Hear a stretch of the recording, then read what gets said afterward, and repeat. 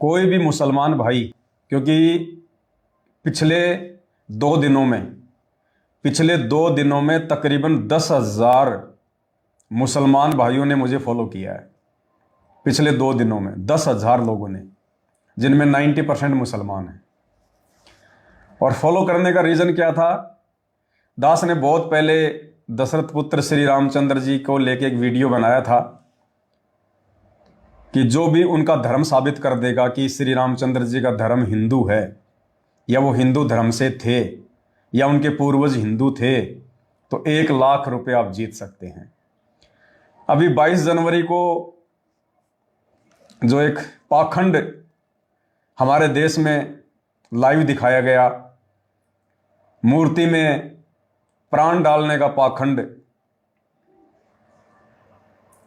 मंदिर बनाने के बाद उसमें मूर्ति में प्राण डाल के उसकी पूजा करने का हमारे किसी भी धर्मशास्त्र में कोई प्रमाण नहीं है।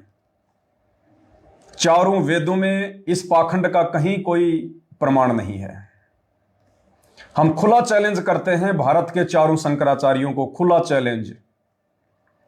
यदि भारत के चारों शंकराचार्य मिलकर, जिन्होंने एक एक वेद को बांट रखा है,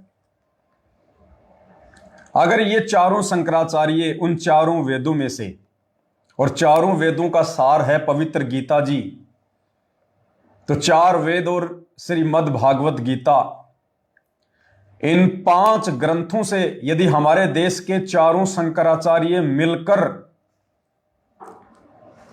ये साबित कर दें, ये प्रमाणित कर दें कि सनातन धर्म में, सनातन संस्कृति में, हमारे वेदों में, गीता जी में कहीं भी मंदिर, मस्जिद, चर्च या गुरुद्वारा बनाने का परमात्मा का कोई आदेश है, कोई विधान है, या मंदिर बनाने से परमात्मा प्रसन्न होता है, भगवान प्रसन्न होता है, या एक पत्थर की मूर्ति में भी एक इंसान प्राण डाल सकता है, यदि कहीं भी एक भी श्लोक में यदि आप ये साबित कर दें, चारों शंकराचार्य मिलकर, और भी जितने आचार्य हमारे देश में आए दिन बनते रहते हैं, 2-4 आचार्य तो रोज बनते हैं, यूट्यूब पर वीडियो बना बना के प्रचार करते हैं, सबको चैलेंज है, सबको। आप साबित कर दो कि हमारे सनातन धर्म में, जिस सनातन धर्म से हिंदू धर्म निकला है, मुसलमान धर्म निकला है, जैन धर्म निकला है, सिख धर्म निकला है, ईसाई धर्म निकला है, यहूदी धर्म निकला है, दुनिया में जितने भी धर्म और संप्रदाय हैं वो सब के सब सनातन धर्म से ही निकले हैं।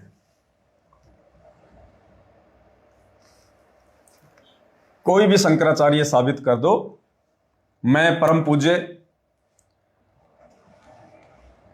गुरु श्रेष्ठ सतगुरु रामपाल जी परमेश्वर जी का छोटा सा अदना सा शिष्य उन शंकराचार्यों की टांग के नीचे से निकल जाऊंगा अगर वो साबित कर दे कि चारों वेदों में कहीं भी श्री रामचंद्र जी का मंदिर बनाकर, श्री कृष्ण जी का मंदिर बनाकर, या हजरत मोहम्मद की मस्जिद बनाकर उनकी पूजा पाठ करने का कोई विधान है।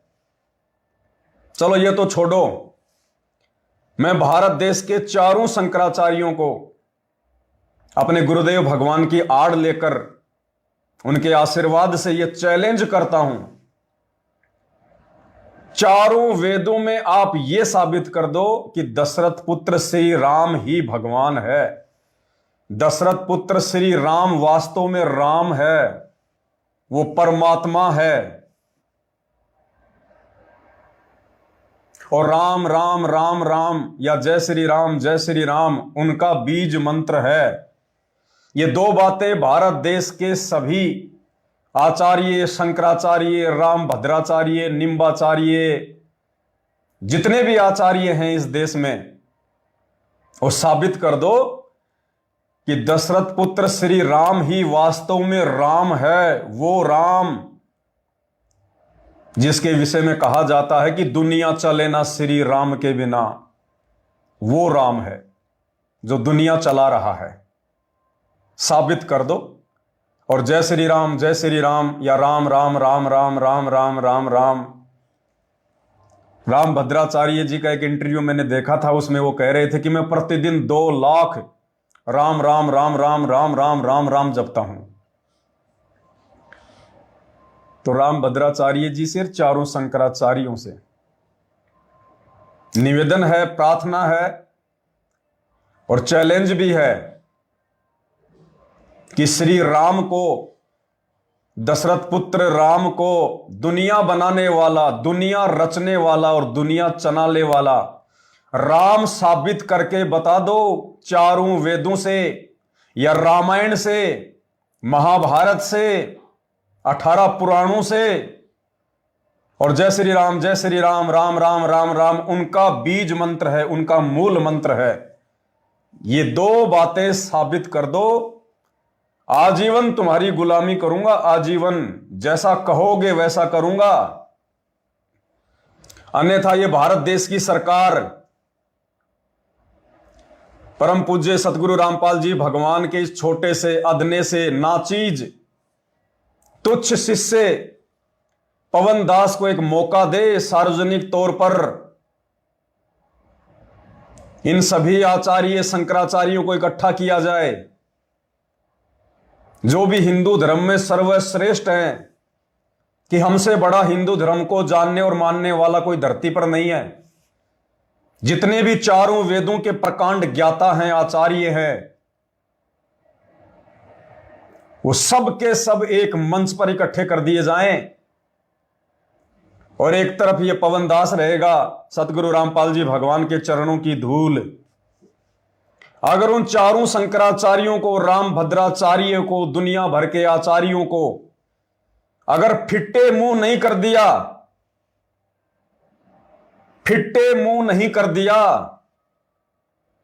अगर उनको धूल नहीं चटा दी, अगर उनसे कान नहीं पकड़वा दिए कि भाई संत रामपाल जी के भगत के आगे ज्ञान चर्चा करने में हमारी औकात नहीं है भाई, तो बताना, मौका तो दे सरकार एक बार। अगर वास्तव में सरकार चाहती है कि हिंदू मुसलमानों का झगड़ा मिट जाए, सब आपस में भाईचारे से रहें, और कौन भगवान सही है, किसकी भक्ति सही है, यदि इसका निर्णय हो जाए, यदि सरकार चाहती है, तो सिर्फ एक मौका दे, एक मौका दे सिर्फ सरकार, एक मौका। 3 दिन के अंदर अंदर, 3 दिन के अंदर अंदर इस पूरे भारत देश को यह पता चल जाएगा कि वास्तव में धरती पर राम कौन है, असली राम कौन है, जिस राम की भक्ति के लिए ना मंदिरों की आवश्यकता है, ना मूर्तियों की आवश्यकता है, ना पाखंड की आवश्यकता है। वो राम कौन है जिसने दुनिया बनाई, जिसने दुनिया रचाई, जो दुनिया को चला रहा है, जिसने राजाओं को राज दे रखा है, मंत्रियों को जिसने पद दे रखे हैं, वो राम कौन है। इस देश में हिंदू मुसलमान का झगड़ा ही समाप्त हो जाएगा यदि भारत सरकार मुझ पवन दास को मात्र 3 दिन का समय दे, मात्र 3 दिन का। मुसलमान धर्म के जितने भी मुल्ला, मौलवी, काजी, कुरान शरीफ के जितने बड़े ज्ञाता, कुरान मजीद के जितने बड़े ज्ञाता, तौरेत और जबूर के जितने भी बड़े ज्ञाता हों, मुसलमान धर्म के जो शीर्ष धर्मगुरु हैं, उन सबको इकट्ठा कर दिया जाए एक मंच पर। और एक तरफ परम पूज्य सतगुरु रामपाल जी भगवान का ये छोटा सा अदना सा कुत्ता पवन दास हर प्रकार से उन मुसलमान धर्म के मुल्ला मौलवियों के अगर कान नहीं पकड़वा दिए, अगर शर्म के मारे, लज्जा के मारे अगर उनकी गर्दन नीचे ना हो जाए तो भैया जो कहोगे वो करूंगा, एफिडेविट पे लिख के दूंगा। अगर ऐसा नहीं हुआ तो इस पवन दास को किसी भी चौराहे पे नंगा करके फांसी तोड़ देना, एफिडेविट लिख के दूंगा, एफिडेविट। ये सरकार यदि चाहती है तो एक मौका तो दे के देखे, और इसमें सरकार का ही फायदा होगा, इसमें सरकार का ही फायदा होगा। अन्यथा 2028 तक ना ये सरकार रहेगी और बहुत भयंकर तांडव मचेगा धर्म के नाम पर, बहुत भयंकर।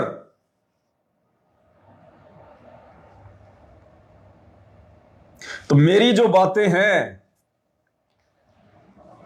मेरी बातों को जगत वाले भाई बहन हिंदू मुस्लिम नहीं समझ पाएंगे,